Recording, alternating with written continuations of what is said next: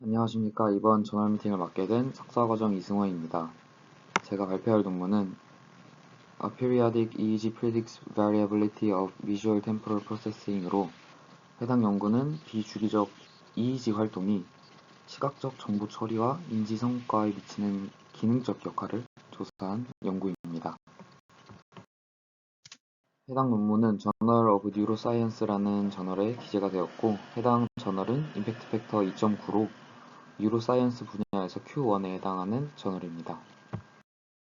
인트로입니다. 뇌파 연구에서 알파 리듬은 약 100ms마다 하나의 지각적 스냅샷을 만드는 것과 같이 감각 정보를 샘플링하는 역할을 한다고 알려져 있습니다. 이 주기적인 리듬은 뇌의 억제 활동이 주기적으로 강해졌다 약해지면서 감각 정보를 정리하고 처리하는 데 도움을 줍니다. 하지만 최근 연구에서는 이런 주기적인 리듬만으로는 감각 통합이 완벽히 설명되지 않을 수 있고, 뇌 안에서 발생하는 불규칙적인 신호도 지각의 시간적 처리에 영향을 미친다고 주장합니다. 뇌파 신호에는 알파 리듬과 같은 주기적 패턴뿐만 아니라 주파수가 높아질수록 신호 강도가 점차 줄어드는 비주기적 신호도 존재합니다. 이 비주기적 신호는 불규칙적이고 무작위적인 뇌 활동을 반영한다고 합니다. 연구자들은 이런 비주기 신호가 뇌의 흥분, 억제 균형을 나타내며 이는 뇌의 기능과 인지 과정에 중요한 역할을 한다고 보고 있습니다. 연구들에서는 비주기적 뇌 활동이 뇌 기능 및 질병에 대한 중요한 통찰을 제공할 수 있음을 보여주었습니다. 비주기적 성분중 지수는 신경 발화 통계와 흥분, 억제 비율과 관련이 있으며, 노화와 관련하여 스펙트럼이 평평해지는 현상이 비동기적이고 무작위적인 신경 발화와 연관되어 있습니다. 나이가 들수록 비주기 지수가 줄어들게 되고, 이는 처리 속도 및 인지 성과와 밀접한 관련이 있다고 보고되고 있습니다. 해당 연구에서는 비주기적 뇌파 활동이 시각적 정보 처리에 무관한지 아니면 기능적 의미가 있는지를 조사했습니다. 주기적 활동과 비주기적 활동의 균형은 지각 및 인지에 직접적인 영향을 미치기에, 비주기적 뇌 활동의 역할을 밝히는 것은 리듬적 감각 샘플링 이론을 확장하고 뇌 활동과 시간적 통합 분리 간의 관계를 보다 포괄적으로 이해하는 데 기여할 수 있다고 합니다. 메소드입니다. 피험자는 18세에서 50세 사이 50명이 모집되었고, 시각 인지 과제로는 투 플래시 퓨전 태스크가 사용되었습니다. 해당 과제는 빠르게 깜빡이는 플래시를 인지할 수 있는지 없는지 판단하는 과제이고, 과제가 시작하게 되면 1000에서 1500ms 이후 10ms 동안 왼쪽 혹은 오른쪽에 플래시가 나타나고, 10에서 70ms의 간격 이후에 10ms 동안 다시 플래시가 나타납니다. 플래시간 간격인 ISI는 10부터 70ms까지 10ms 간격으로 총 7개의 조건이 존재했습니다. 참가자는 이걸 보고 플래시가 한 번 나왔는지, 두 번 나왔는지 응답하게 됩니다. 플래시는 무조건 두 번 나오지만 참가자들은 이 정보를 모르고 보이는 대로 플래시가 몇 번 나오는지 응답하는 과제로 시각 처리가 빨리 깜빡이는 플래시를 인지할 수 있냐 없냐를 판단할 수 있습니다. 과제 시작 전에 EC와 EO 조건 각각 5분씩 진행하며 뇌파를 측정했고, 이후 7개의 ISI에 대해 10트라이얼의 연습을 진행했습니다. 연습 이후엔 각 ISI마다 50트라이얼씩 해서 총 350트라이얼을 두 블록 동안 진행했습니다. EEG는 텐텐 시스템에 의거한 32개의 채널로 측정되었습니다. 레퍼런스 전극은 FGZ였고 1000Hz의 샘플링 레이스로 측정되었습니다. 전처리는 우선 오염이 심한 채널은 제거 후 보관을 진행해주고, ICA를 통해 EOG를 제거해 주었습니다. 오염이 심한 채널에 광대역 노이즈가 유입되는 것을 막기 위해 CAR 등과 같은 재참조 기법은 사용되지 않았다고 합니다. 2초 간격 50% 오버랩으로 에폭을 진행하고 오염이 심한 에폭은 제거했다고 합니다. 뇌파 분석은 FFT를 적용한 후 F555F 알고리즘을 통해 비주기적 지수를 도출하고, 주파수 스펙트럼에서 비주기적 성분을 제거한 후 8에서 12Hz 사이의 피크를 계산해 알파 피크 파워를 도출했습니다. 행동 결과는 각 참가자의 정확도 데이터에 심리 물리학적 로지스틱 회귀 펑션이 적용되었다고 합니다. 모델의 적합도는 코엔 의사결정계수인 R스퀘어와 논파라메트릭 라이클리후드 레이시오 테스트를 통해 평가되었고 기울기와 퍼짐에 대한 값이 도출되었습니다. 이 기울기와 퍼짐에 대한 더 자세한 내용은 뒤에서 설명드리도록 하겠습니다. 최소 정확도가 30% 미만인 참가자와 적합도가 낮은 참가자는 제외되어 최종적으로 38명이 분석되었습니다. 비주기적 지수와 나이, 알파피크, 행동 결과인 심리물리학적 매개변수들과 상관관계 분석을 진행했고 심리물리학적 기울기 가파름에 따라 샘플을 반으로 나누어 그룹화해서 두 그룹의 주파수 스펙트럼을 클러스터 커렉티드 인디펜던트 t-테스트로 비교했습니다. 다음으로 결과입니다. 왼쪽이 ISI별 깜빡임 수를 맞춘 정확도를 나타내는데 파란 굵은 선이 모든 피험자의 평균을 나타내고 파란 얇은 선이 피험자 개별 정확도를 나타냅니다. 앞서 말씀드린 것처럼 투 플래시 퓨전 태스크의 정확도에 대해 심리 물리학적 분석을 진행했다고 했는데 해당 분석을 진행하면 기울기와 퍼짐에 대한 값이 나오게 됩니다.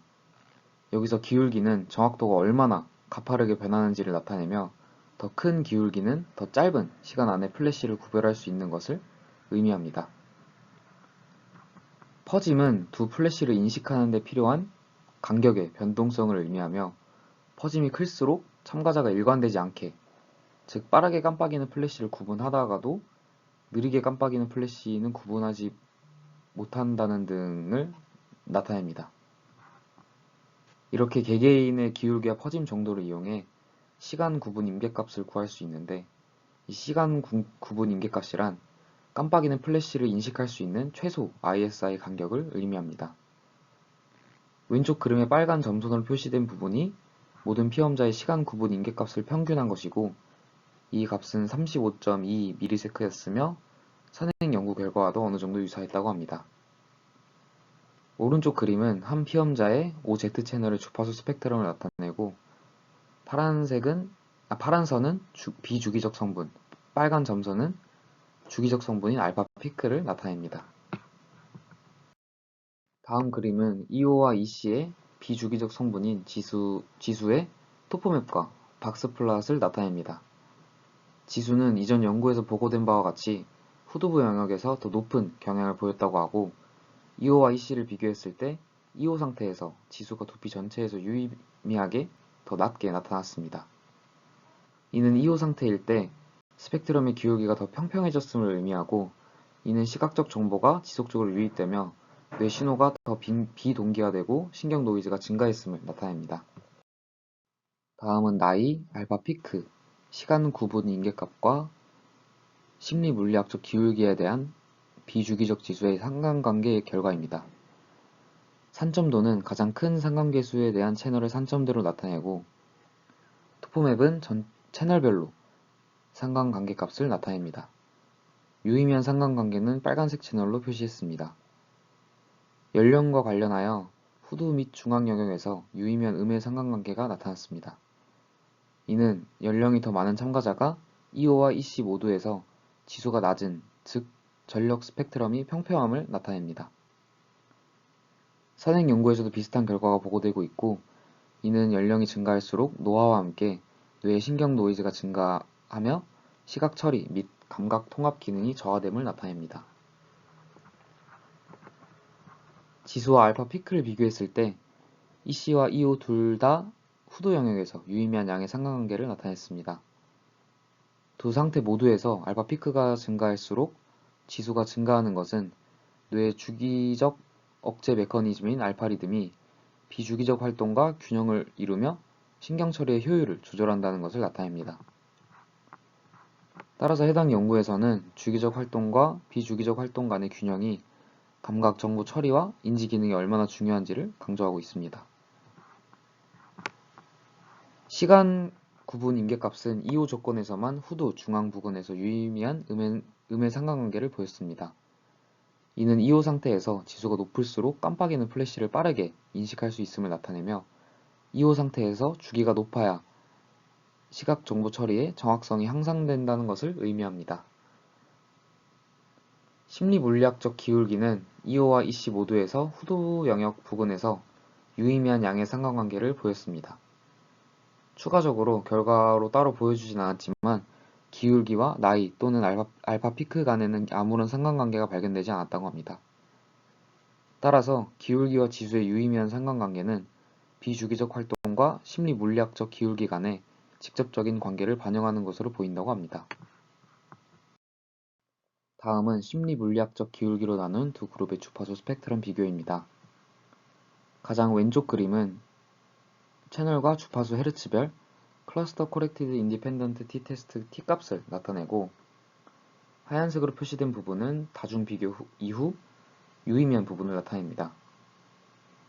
가운데 그림은 OZ 채널에서의 주파수 스펙트럼을 두 그룹끼리 비교한 것이고, 오른쪽 그림은 30에서 70Hz에 대해 평균한 t값입니다. 빨간색 점으로 표시한 것은 유의미한 채널을 뜻합니다. 그림 모두 종합적으로 보면 30Hz 이상의 주파수 대역의 후두부 영역에서 두 그룹 간 유의미한 차이를 보였으며, 심리물리학적 기울기가 작은 그룹이 30Hz 이상의 주파수 대역에서 더 큰 활동을, 즉 신경 노이즈가 더 많았습니다. 앞선 상관관계 결과에서 심리물리학적 기울기와 지수가 양의 상관관계를 보였는데, 해당 심리물리학적 기울기에 따른 지수의 차이는 30Hz 이상의 주파수 대역의 신경 노이즈로 인한 것임을 보여줍니다. 이는 30Hz 이상의 신경 노이즈가 시각적 자극 처리와 관련된 인지 성과 차이에 영향을 미친다는 것을 나타냅니다. 즉, 고주파 대역에서 노이즈가 적은 그룹은 더 정돈된 신경 활동을 통해 자극을 정확하게 처리하며, 노이즈가 많은 그룹은 불안정한 신경 활동으로 인해 반응의 일관성이 떨어질 수 있습니다. 마지막으로 정리입니다.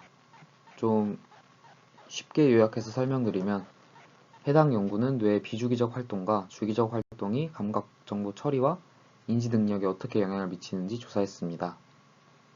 두 개의 플래시 간격을 잘 구분하느냐 못하느냐로 심리물리학적 기울기라는 지표를 사용해 두 그룹으로 나눴는데, 30Hz 이상의 고주파 대역에서 잘 구분하지 못하는 그룹이 더 큰 것으로 유의미한 차이가 났습니다. 잘 구분하는 그룹은 고주파 대역이 더 작아 비주기적 지수가 컸기에 비주기적 지수와 시각 정보 처리와 관련이 있음을 나타냈습니다. 또한 비주기 지수는 시간 구분 인계값과 음의 상관관계를 나타내 비주기 지수가 클수록 짧은 시간 차이를 더 잘 구분하는 것을 나타냈습니다. 그리고 알파 피크 파워가 클수록 지수가 커져 신경 노이즈가 작을수록 감각 정보 처리가 효율적이라는 결과를 도출했습니다. 결론적으로 신경 노이즈가 많을수록, 즉 지수가 작을수록 자극 구분이 어려워지고, 알파 리듬이 신경 노이즈를 억제하면 감각 정보 처리가 더 정확해짐을 시사하며 뇌의 신경 활동 간 균형이 정보 처리에 중요하다는 것을 강조합니다. 해당 연구에서 좀 아쉬웠던 부분은 그룹 간의 30Hz 이상 고주파 대역에서 차이가 나 비주기적 지수에서 차이 나는 이유를 밝히긴 했으나, 이게 가지는 신경 생리학적 의미에 대한 추가적인 설명이 부족해서 좀 아쉬웠습니다. 이상 발표를 마치도록 하겠습니다. 들어주셔서 감사합니다.